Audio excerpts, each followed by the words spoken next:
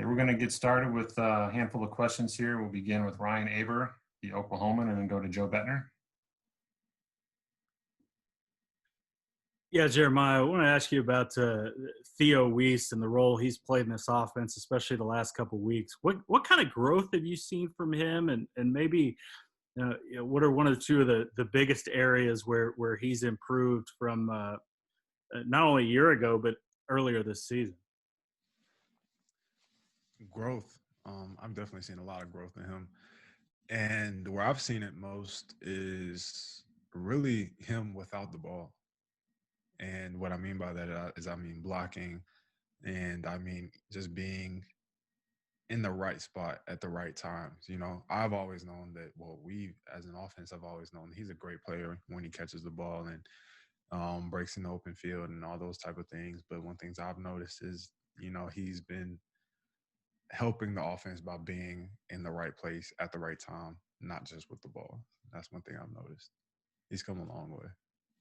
Appreciate it, Jeremiah. Okay, Joe Bettner, Norman Transcript, and then Eric Bailey. Jeremiah, what's it been like, from what you can tell, how Braden Willis has handled the time away from the team? How have you guys maybe handled his absence? And I'm curious if you ever, after a game, go back and look at his tweets as he live tweets the game. I think during our practices and just him being around the facility in general, even though he's hurt, has been nothing but positivity from him. He's always bringing good energy to our room. Honestly, you would think that he's still out there playing with us from the way that he still attends our meetings, from the way that he carries himself during workouts. And you never see him hanging his head, But yes, I do go back and look at his tweets, and I laugh simply because I picture him saying it all in person. I'm just like, man, that's definitely Braden right there. But no, I haven't seen a drop in morale from him. I haven't seen a drop in performance in the weight room from him. I'm excited for him to get back on the field, and I'm looking forward to it. How do you feel like you and Austin and Mikey are handling kind of his absence? I think we're doing pretty well. Obviously, Austin has caught some balls. I have as well, and Mikey is somewhat in a pretty good position, simply because you don't ever want your players to get hurt. But with Braden being out, Mikey has had some time to get a few more reps, both in practice and in the game, which he might not have had the opportunity to get if Braden hadn't got hurt. So, yes, obviously we want Braden on the field, but Mikey's taking advantage of his time out there, and I think we're all gelling pretty well together as a H-back room. And you guys have seen Stogg step up. I think me and Mikey have been doing pretty well also. So I think we're doing pretty good. Thank you. Okay, let's go to Eric Bailey at Tulsa World, and then Kerry Murdoch. Hey, Jeremiah, when college football began in September, there were no guarantees that it would last. Now you guys are midway through a 10-game regular season. Did you think we would get to this point, and how does it feel to have 5 games under your belt? Man, to be honest, I didn't think we would even get past summer workouts. The older I get, not just in relation to football, but in life, I realize that you can't take things for granted. You can't take your family for granted. You can't take opportunities such as playing at the University of Oklahoma for granted, and you can't take football for granted. So I'm happy that we have a few games under our belt, and hopefully we get to finish this thing out, which I'm pretty sure we will. And looking back on moments like that, Coach Roger always talks about, we didn't even know we'd be here. So why not take advantage of the time that we have and go out there and do our best, whether that be in practice or in a game. So I'm happy we're here, and I hope we can finish this thing up. Thank you, Jeremiah. Kerry Murdoch with Sooner Scoop, and then Caleb McCurry. Jeremiah, I'm kind of curious, with TJ having the games like he has the last couple of games, does that – I know that probably does a lot of things for the offense and the physicality, but does it also do something for you guys at the H-back position and kind of opening some things up for you guys, maybe allowing you guys to kind of pop open here and there maybe a little bit more than you have to? Well, TJ has made it a priority to carry a little bit more weight in this offense. I know that he talked to us as an offense about that, saying that he'll definitely step up, which he has. And it does open some things up for the H-backs, but really the offense in general, because most of you guys know when your running game is going pretty well, that means there's a higher chance of safeties and the backers biting on play action, more chances you get one-on-one on the outside receivers for Theo and Marvin. And, you know, when all those guys are covered, H-backs, tight ends, me, Stog, and the rest of the game, obviously we're going to step up. So with any offense in general, once the running game gets started, it pretty much opens everything else up because you have so many different weapons to worry about. And I think TJ has done an excellent job of progressing towards being better, and I know he'll continue to do so. Thanks, Jeremiah. Bill McCurry, OU Daily, and then James Hale. Jeremiah, do you remember the first time you met Austin Stogner, and when do you think it was that you realized he was going to be a big deal for the team? Man, I don't really remember the first time I met Stog, but I do remember the first time watching him run routes, and I was kind of in awe because I was like, never in my life have I seen somebody 6'6", 6'7", cut on a dime like he has. And honestly, Stog, he runs better routes than I think many smaller guys do, you know, and that's special, you know. He knows that, our coaches know that, and even I know that. So whenever I see him out there on the field versus somebody who's a DB who might run a 4.3 or a 4.4, but they're 5'10", Stall 6'6", you know, we all get excited because that's a matchup that we want. And he definitely has the athleticism that not a lot of big guys his size, they just don't have it like he does. And then follow up, how did the nickname Big Stog come around? When did it? Who started it, and when did that start? I don't really know who started it, but it kind of makes sense. You know, he's pretty big, and his last name is Stogner. So put those two together, you got Big Stog right there. Thanks, Jeremiah. All right, let's go to James Hale with KREF, and then Garen Emig. Jeremiah, with Spence, it's been great. It showed off your pass receiving skills because, you know, he sent you deep or your routes ended up going deep and he's hit you back shoulder and he's done some things. How much has that impressed you with what he's been able to do? And he also looks and scans the field so well that he finds you and will hit you with a back shoulder every once in a while. Seeing him grow is fun to watch because he's out here making plays that you're just like, wow, did he really do that? You know, my back shoulder plays that you were talking about, I think about field awareness and how he was able to stay in the pocket and even think about making that throw. You know, I think about last game, TCU, where he's sitting in the pocket, looking to his left side, makes a spin that's absolutely crazy that you would think the play would be over. And it's just those type of plays that you see from a young guy. It makes you go, wow, he has the confidence to carry those things out. And I'm glad to be one of his guys that he's throwing the ball to. You know, it makes being out there on the field that much more exciting, and I look forward to the plays that he makes, especially when he's throwing me the ball, you know.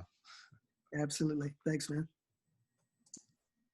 Garen Emig, Tulsa World, and then John Hoover.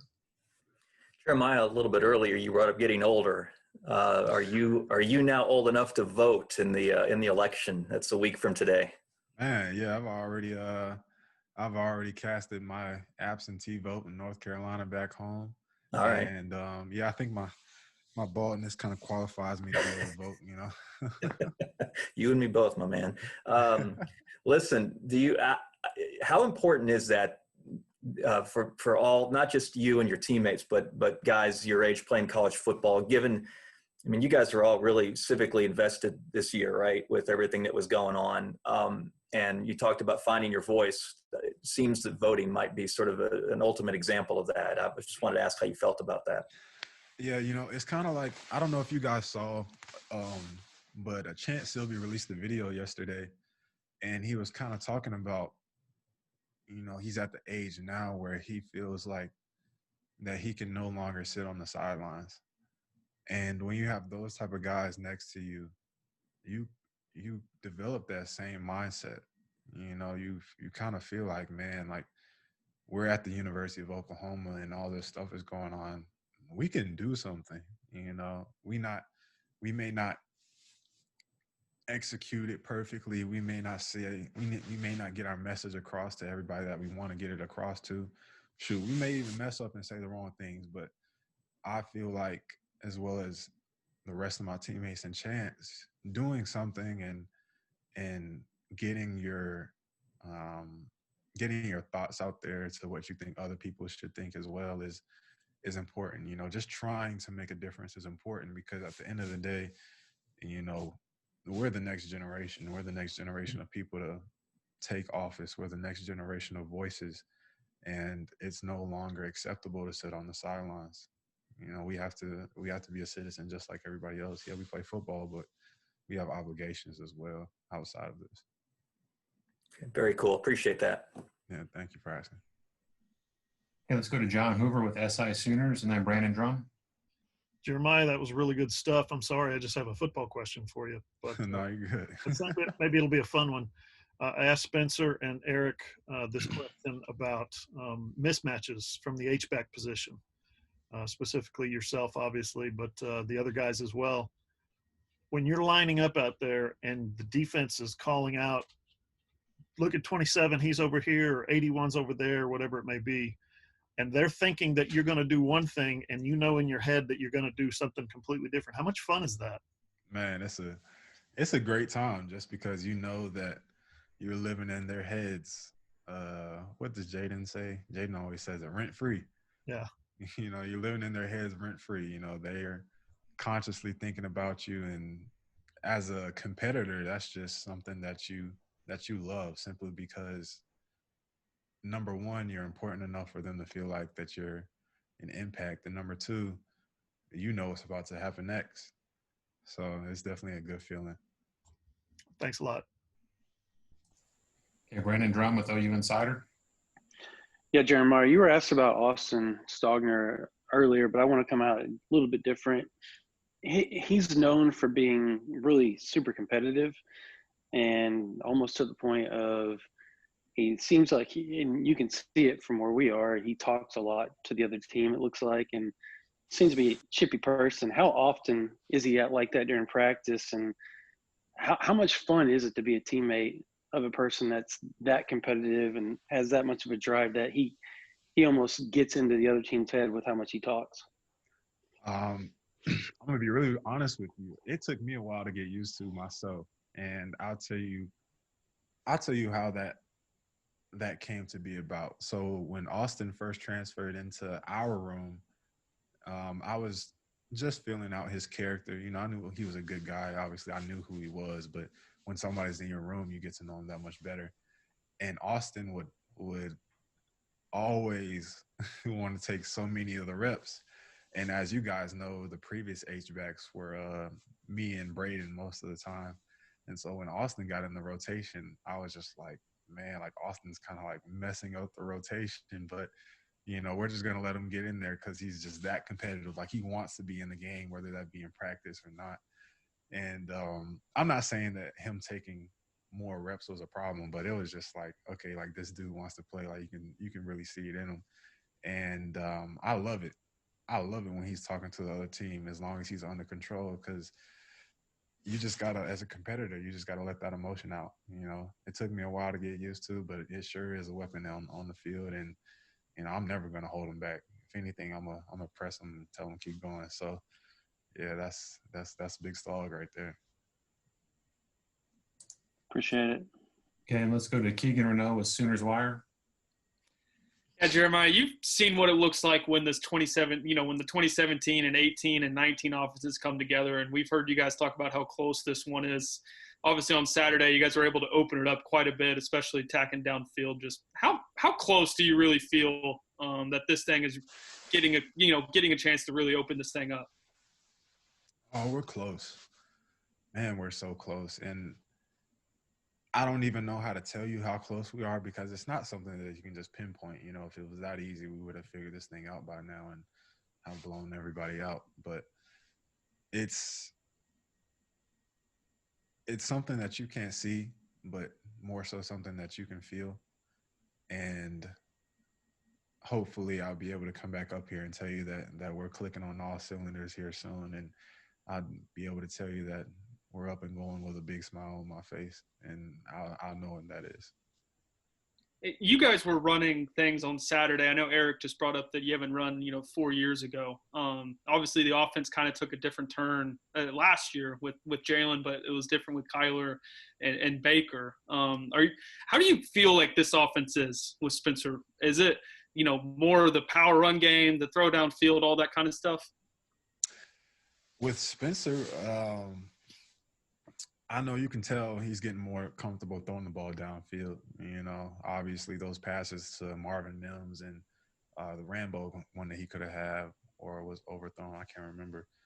But yeah, this thing is definitely opening up a little bit more, and it's hard to compare him to Baker or to Kyler or to Jalen even, because those are all different guys.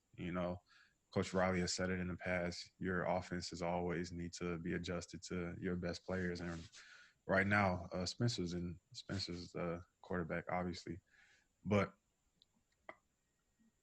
it may seem pretty basic, but obviously the more he gets comfortable and the more he takes control of this offense, obviously the more we can open this thing up. So I'm doing my job to make that happen, and we'll see how this thing works out.